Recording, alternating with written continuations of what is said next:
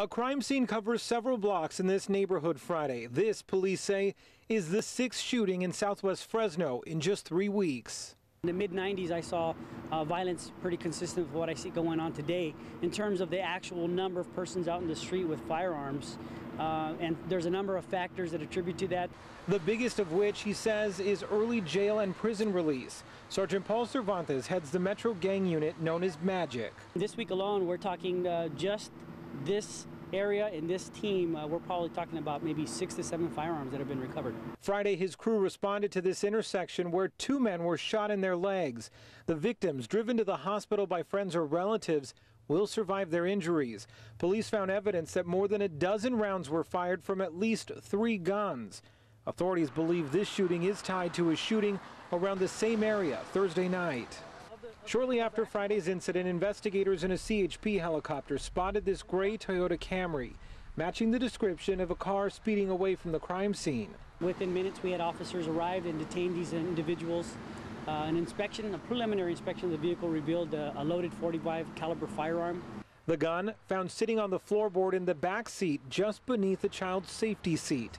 5 men were detained for questioning, and police arrested 23-year-old Martin Gonzalez for driving with a loaded gun. Gang investigators got a search warrant and went into Gonzalez's home. They also searched his sister's house just around the corner. Police say they found at least 2 handguns and a shotgun.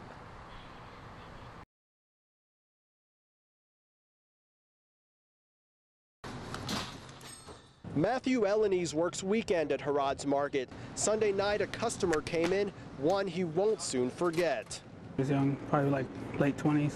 She was Caucasian, blonde hair. She was wearing a pink shirt with blue pants. I just remember she told me that she wanted a pack of cigarettes, so I gave them to her, and I said, "Thank you, have a good night." After the woman left the store, she told police she started down this alley. That's when she was approached by 2 men. One was on foot, the other in a car.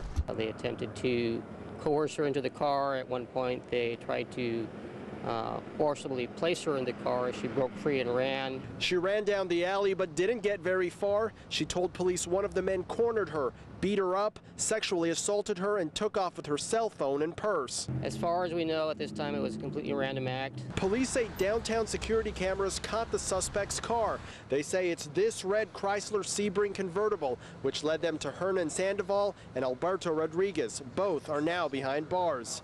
Matthew Ellenese says he hasn't seen the young woman in the store again. He hopes she's doing okay and wishes he could have done more. If she would have went back inside the store, I would have helped her, probably call the cops and, take care of her.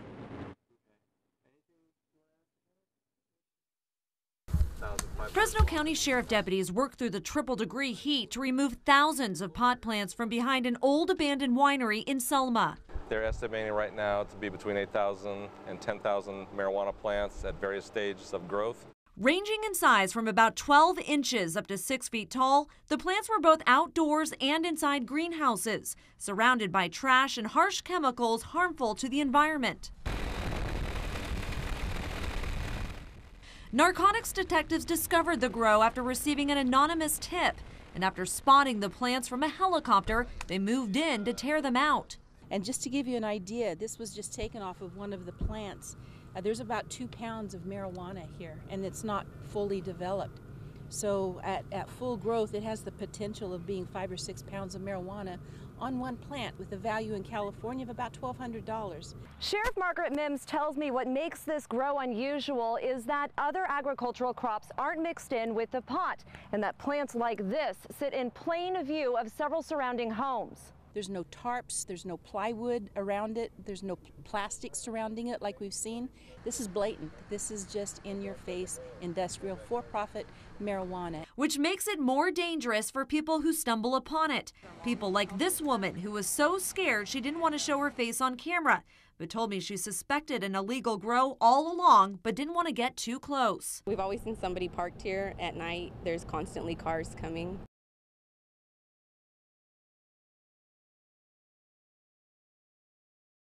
Law enforcement from several agencies combed through evidence scattered throughout 3 different county lines: Fresno, Tulare, and Kings. The shootout happened somewhere through these trees. Whereas the vehicle led officers through a dirt field To the left of me here, the officers followed that vehicle into the dark dirt field, and suddenly they were taking on fire. The officers fired back. Both suspects were hit. One was suffered a gunshot wound to the upper torso. However, he is not in critical condition. The second subject suffered a superficial wound. Just minutes after the shooting, emergency crews took one of the suspects in a helicopter waiting on an empty field.